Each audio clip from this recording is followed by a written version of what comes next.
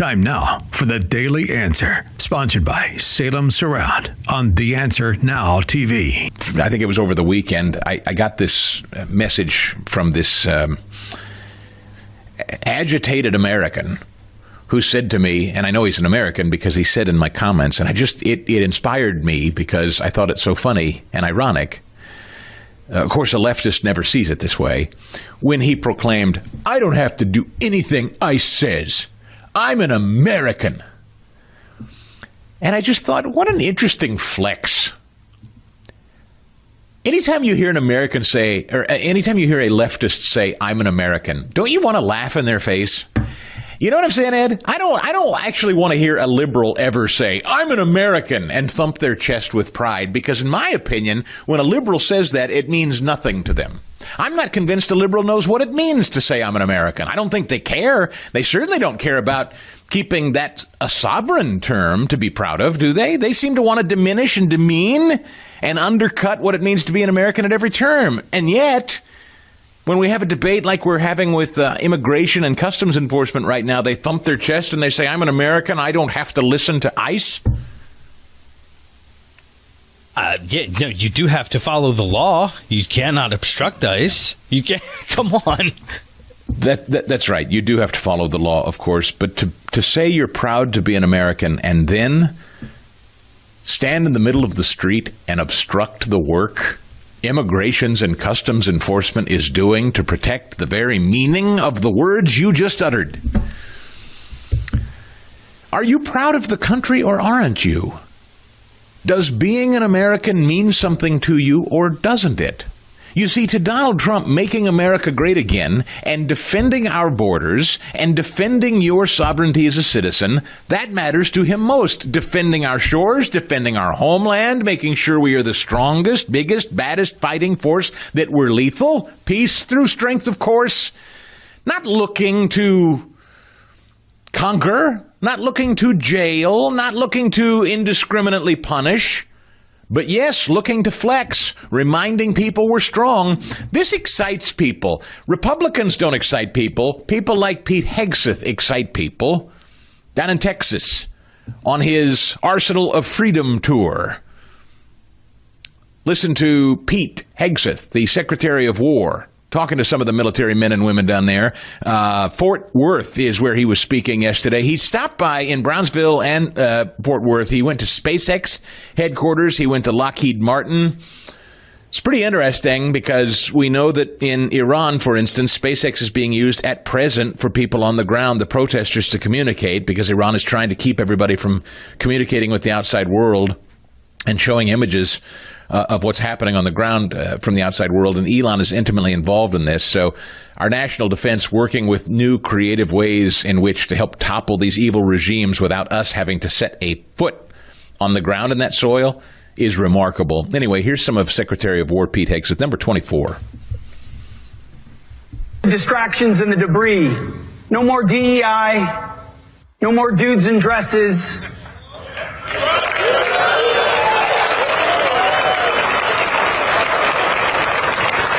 No more climate change worship and social justice and political correctness. We're done with that. We're unleashing the warfighter to be ready, trained, disciplined, accountable, and lethal. See, this is what Americans want. This is what it means to be an American.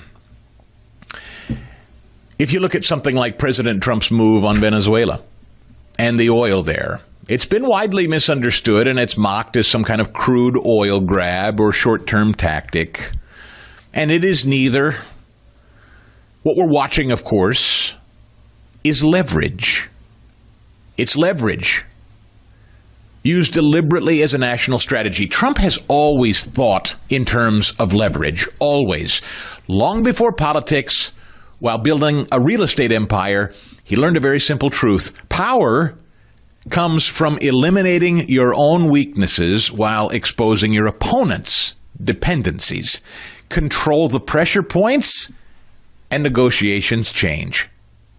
That is how he defines his foreign policy, too, as far as I can tell. Look at something like Venezuela. On the surface, reopening Venezuelan oil under an American firm looks like an energy decision, but in reality, it's monetary policy in disguise. Oil priced and settled in U.S. dollars is the backbone of our financial power as Americans. Global demand for dollars keeps interest rates lower and supports massive borrowing and gives Washington leverage over world markets. The petrodollar system, it's not a slogan, it's infrastructure. And for years, China and Russia sought to escape it. Venezuela was central to that effort. China bought most of its crude at steep discounts, often outside the dollar system, using all these shadow fleets to bypass sanctions. Beijing loaned tens of billions, secured against future deliveries, gaining leverage over energy, currency, and geopolitics all at the same time. And then Trump single-handedly collapsed that arrangement. Under the new structure, Russia and China can still buy Venezuelan oil, yes, but only through our companies, on our terms, and in our dollars. Every barrel sold, it now strengthens the dollar instead of weakening it. The same supply that once fueled de-dollarization, if you will, now reinforces the very system designed to stop it. That's not sanctions. That is leverage reversed. The move reaches even further because Venezuela holds untapped rare earth deposits critical for semiconductors, AI, defense systems, electric vehicles, advanced manufacturing.